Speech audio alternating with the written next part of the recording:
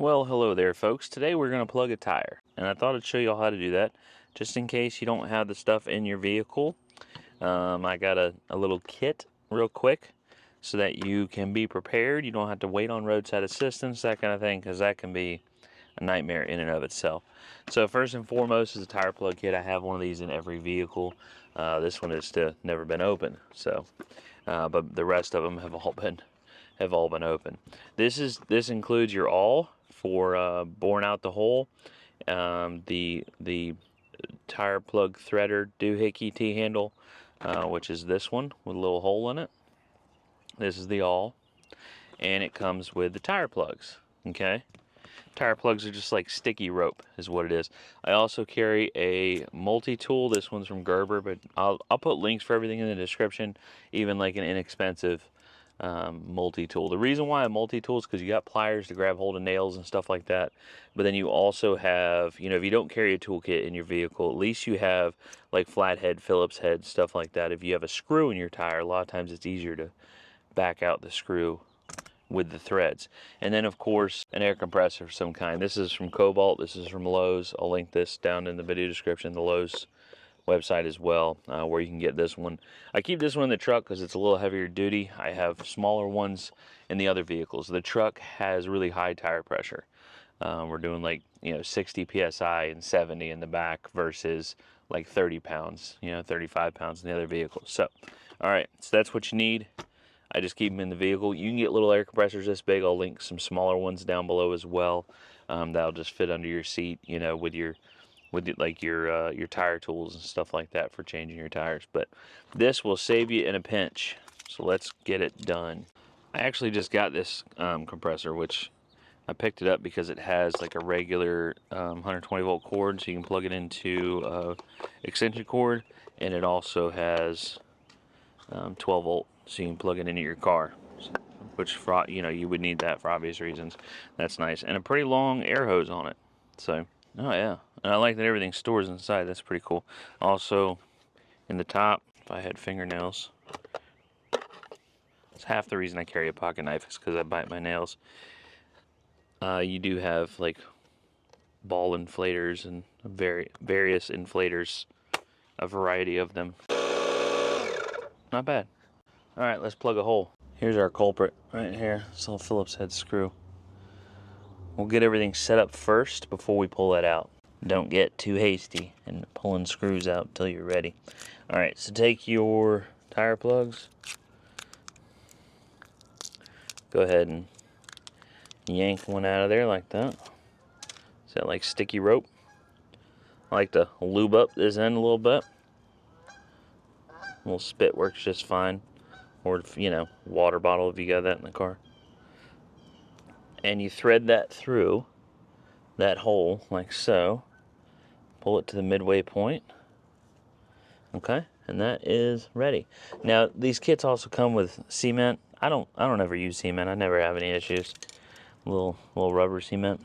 All right, we're probably going to have to back this one out because it's hard to get a hold of. We got our awl on standby, ready to plug that hole when we get this screw out. I'm gonna use a Phillips head bit and see if we can't get it to back out. Yeah, threading right out of there. So if your tire's really flat, you're gonna want to put air in it before you do this. It just makes the job a whole lot easier. Don't try to do it when it's just sitting on the rim flat. It's hard to get the tools into it. Make sure you have some air in there. All right, so we're gonna find that hole. There's the hole, and you gotta make the hole big enough. I know it sounds counterproductive, but you gotta make the hole big enough for the plug to go in. This is a small hole. And these are tough, heavy-duty truck tires. So it's gonna take some elbow grease. Because this hole is so tight, I think we are gonna use some of that cement from the other kit, because we're gonna have a real hard time getting this in there with these heavy-duty tires without putting a little bit of this dries, and it's like a glue, obviously, rubber cement, but helps to lube the whole process too. Makes it a lot easier going in. You're gonna get a lot more leak.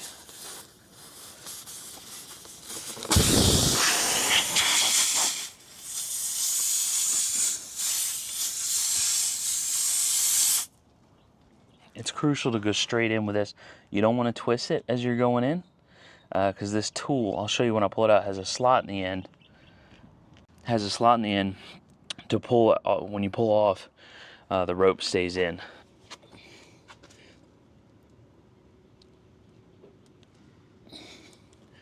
I'm not gonna lie to you, I cheated on that one. I didn't know this would work, but I took a strap around the wheel and made a tourniquet and turned it like this to tighten down on that strap to pull that thing in. Didn't you already do this once? Yeah, I just big brained that one though. Yeah. Most people won't have to do this. These are not passenger tires. Yeah, these are heavier duty steel belted radials that are. That's right. You did this when we went on our trip. Yeah. That's crazy. Yeah, it about killed me doing it then too. But this one, I gotta show you this trick I just did. I just made a tourniquet for it to pull that thing into the I've seen tire. it before. But the reason why you don't twist it is because then you gotta pull the thing straight out. Oh, just like that.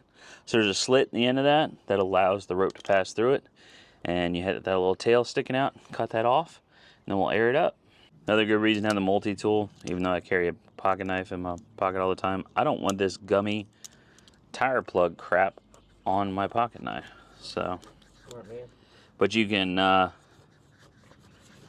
cut that plug off, because it will collect a little bit of gravel and stuff. It is sticky, but the outside does dry out, so you just get like this puffy looking piece of rope. And then we'll air it up.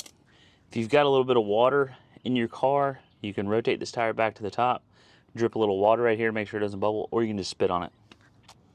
Spit does wonders for plugging tires. That's pretty much that's the #1 tool I have. Okay, so had a moment. I was at Jiffy Lube one time and they tried to put in the max tire pressure that the tire says on it. And I just want to point that out, just in case you don't know. I think most people do, but in case you don't, it's okay. On this tire, it says max rated at 80 psi for whatever the weight is, right? The load that it'll hold. That's not what you want to air your tires up to. If you go around to your door jamb, in your door jamb right here, it'll actually tell you what to air the tires to. So on mine, it's 60 psi in the front, 70 in the rear, and it even gives you 80 psi for the spare tire. So that'll be on the driver's side door jamb. You'll see that label there, and that'll give you a rough idea where your tires should be.